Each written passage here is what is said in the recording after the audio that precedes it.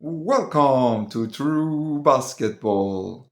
Today I'm going to talk about Jason Whitlock's show. I'm going to talk about the reasons why today's NBA sucks, why it's not an enjoyable game anymore, the reasons why the ratings are so low, and the hardcore fans like myself find themselves wondering if they're going to continue watching basketball. When I watch now, points are like 144, I think I saw the other night, and 125. And I remember being in some All-Star games where I think we scored maybe 144, 140. Like, is the high scoring working? Everybody's doing the same thing.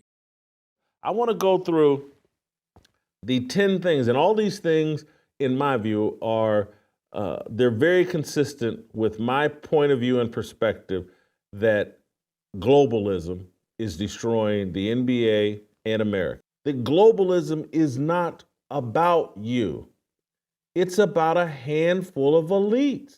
They don't want to compete.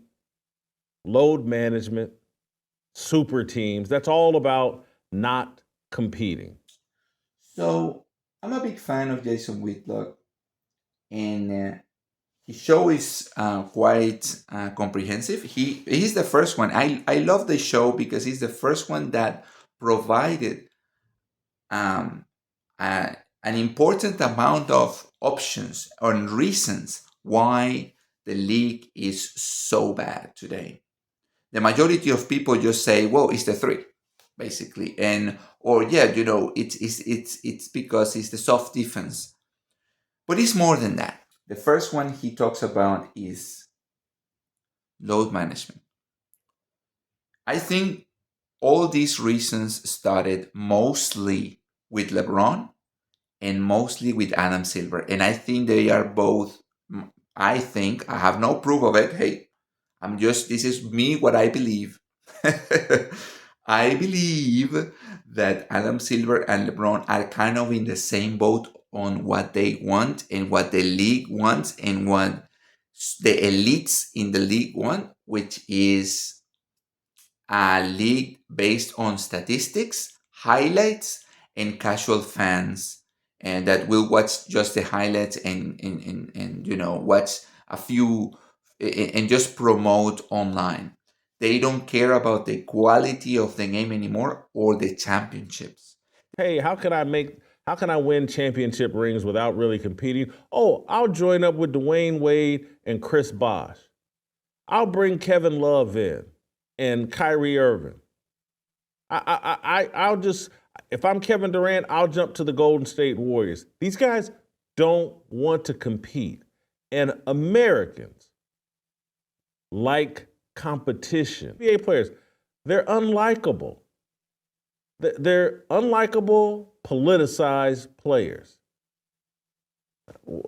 I can't relate to them. And it's hard to watch a bunch of people you don't like over and over and over again and watch them make millions and millions of dollars because you watch them, you support them. Very, very difficult. And that's why many of us just don't watch the NBA anymore. And this is, in my opinion, with everything. If we're talking about actors, sportsmen, or everything that is not related to politics particularly, stick to your job. Like your job is to entertain.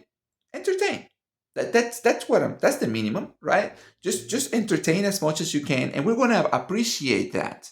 We don't want players, especially, and by the way, and this is one of the reasons I don't like LeBron either.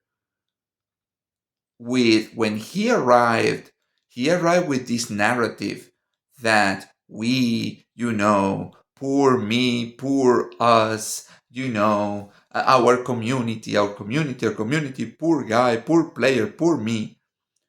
As man, you are a billionaire because you were born in America and you had the opportunity to play. Like, you should show some appreciation to the flag and to the country, right? And he didn't.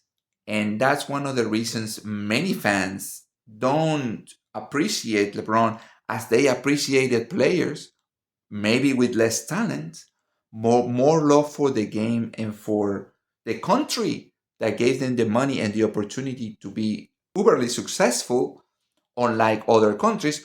And I'm telling you right now, had he born in Latin America or Africa or Asia, it's very likely he might not even be in the NBA with all the talent he's got. It obviously the 3-point shooting is a problem in terms of how much they've destroyed the style of play with all of the 3-point shooting. It's a lazy man's game. Everyone just stand around the perimeter. There's no risk being taken. This other topic he's talking about is the 3-point shooting.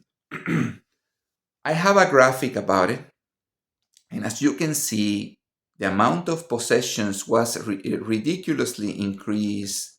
And I've always been saying this, and I have a couple of shows about that. The Kevin Smith talking about the absolute removal of the hand check, the Kevin Garnett speaking about the whole mentality and what the league wanted was to remove all physicality of the game. And I also have a show where I explain why Adam Silver himself is telling you we wanted to change the rules because we think the little guy who is very agile and have ability, I'm gonna give him all the opportunities. I don't wanna give any opportunities to the guy who has, the physicality or the talents to actually play the game. So the 3-point shooting thing not only was something Adam Silver promoted and keeps promoting. And he knows he's a problem, a monster he keeps feeding every day. But it's just that he doesn't want to remove it really. He wants to keep looking for other reasons to keep changing the rules and create other things that are not necessary. And I'm going to tell you something about the 3-point shooting. About the same time, 2015, came the era of analytics. All these guys in a suit, in a computer, telling you how to play basketball. By the way, I love analytics because analytics should tell you that some things that you saw, you can confirm them, or the things, oh, hey, why is this team not winning? Or why is this player not as efficient as the normal stats are telling you? And that's where you go to the analytics, and I like them. What I don't like is that they use that excuse to lie. And they said that threes are better than twos, and that the only way to win is jack up more threes because at 33%, you can outscore a team who scores only twos at 50%, as if the way the game was like that. And there was a way to guarantee that. Well, you can ask the Houston Rockets in the conference final in 2017, where they shot all the threes in the world and that couldn't save them. They were winning that game by 15 points, by the way, and they just keep shooting the threes and they die by the three. We used to say that, you live by the three, you die by the three. Yes, that's exactly the same. So we just saw, and I have a video about that, this in-season tournament, how the Bucks outplay and run over the Thunder because they play in the paint. Yes, guys, the Bucks played in the paint. you know, 80s style.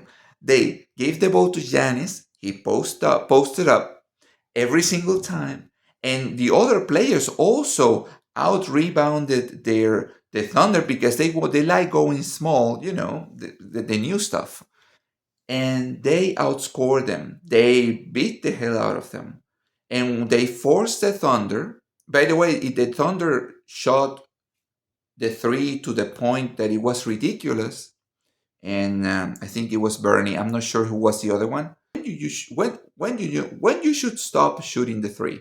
And Richard Jefferson, I mean, that's why I hate him so much.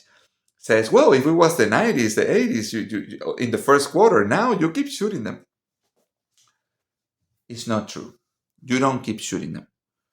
You the three is a low percentage shot. If you shoot the three and I shoot the three, obviously whoever shoots it better wins. But if you shoot the three, like Rachel Nichols used to say, that's why she's not working in main media anymore. If you keep shooting the three and you keep missing them, threes are better than twos, but twos are better than zero. Yes, and that's what Rachel Nichols used to say. And it's true. Like if you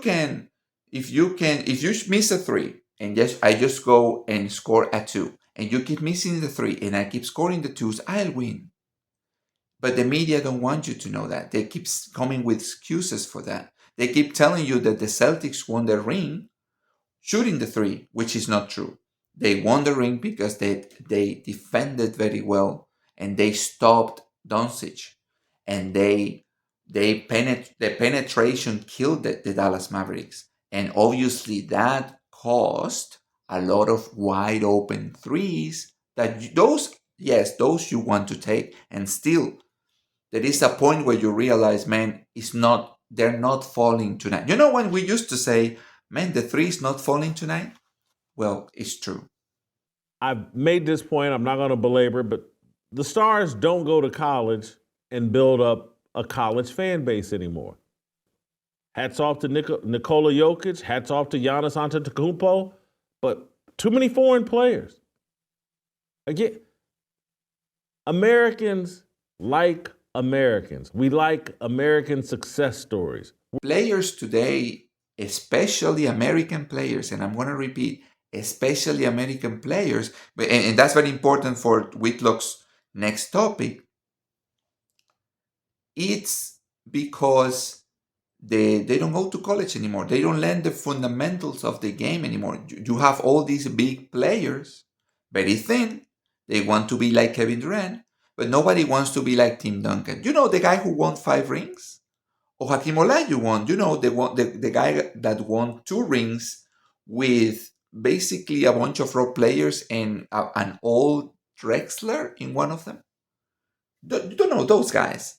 You know, Kareem won 6. You know, Jokic has and Giannis, 2 centers, have just won rings, and the majority of their shots are mid range and in the paint. But you know, we need, by the way, Lebron scores most of his points in the paint, but it's about the three. If American players are not good products anymore, and Whitlock, and this is where I will disagree a little bit with Whitlock. Yes, and I understand. Every country, ideally, you want to support your people. Well, ideally, because nowadays with globalism, and he talks a lot about globalism, but ideally, you want to see your people win. But let's face it, guys, and this is something what I'm saying, and I've been saying in other videos. American players, especially today's players, are not as good as they used to be. There were foreign players before, but the American equivalent was normally same or much better, and there were many more of them. There were many superstars that were born in American soil, and their fundamentals were perfect. 80s, 90s, 2000s, even 2000s. And then we started to see this generation that keep getting beaten by Europeans, by Greece, or they suffer with South Sudan or something like that. And you have all this talent and it doesn't add up. The numbers don't add up. And now you're gonna see more and more the league telling you, the media, not Adam Silver, Gilbert Arenas telling you that everything is, you know, it's the foreigners' fault. We have too many foreigners, and that's why we don't have the league we want. It's a lie, and it's sad because probably what they want is more American players that will play for the statistics and the contract. Because here's the thing, the players who actually want to win, that you can build a team around, most of them, guess what, are foreigners. Gildius Alexander is Canadian. If only there was an American player, if only there was a way to prove what I'm saying. If there was an American player or an American team with a lot of American superstars that can, can prove that the media don't want American players as winners. They want American players who just play for the statistics. Well, there is a team, the Boston Celtics. Jason Tatum and Jaylen Brown are players who play for winning. They don't care about all the social media nonsense and stuff. They just very normal guys who play for winning. They build the team the right way. They waited and tried as many times as possible, and now they have the team because they waited for the team. They didn't just go hunting other superstars. And how does the league in general treats them? Well, Jaylen Brown wasn't invited to the USA team. Jason Tatum barely played for the USA team, and we know that was something decision made behind closed doors. So it's not the foreign players, and it's not the American players. It's the type of player the league wants. The arrogant, lefty player that want the more money they can get and never plays. Those are the players they will defend.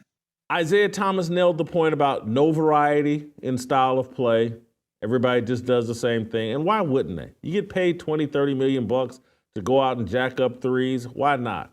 You have to tie the money in some kind of way to performance, to wins and losses. You can't just keep giving guys millions and millions of dollars and it doesn't matter whether their team wins 20 games or 50 games.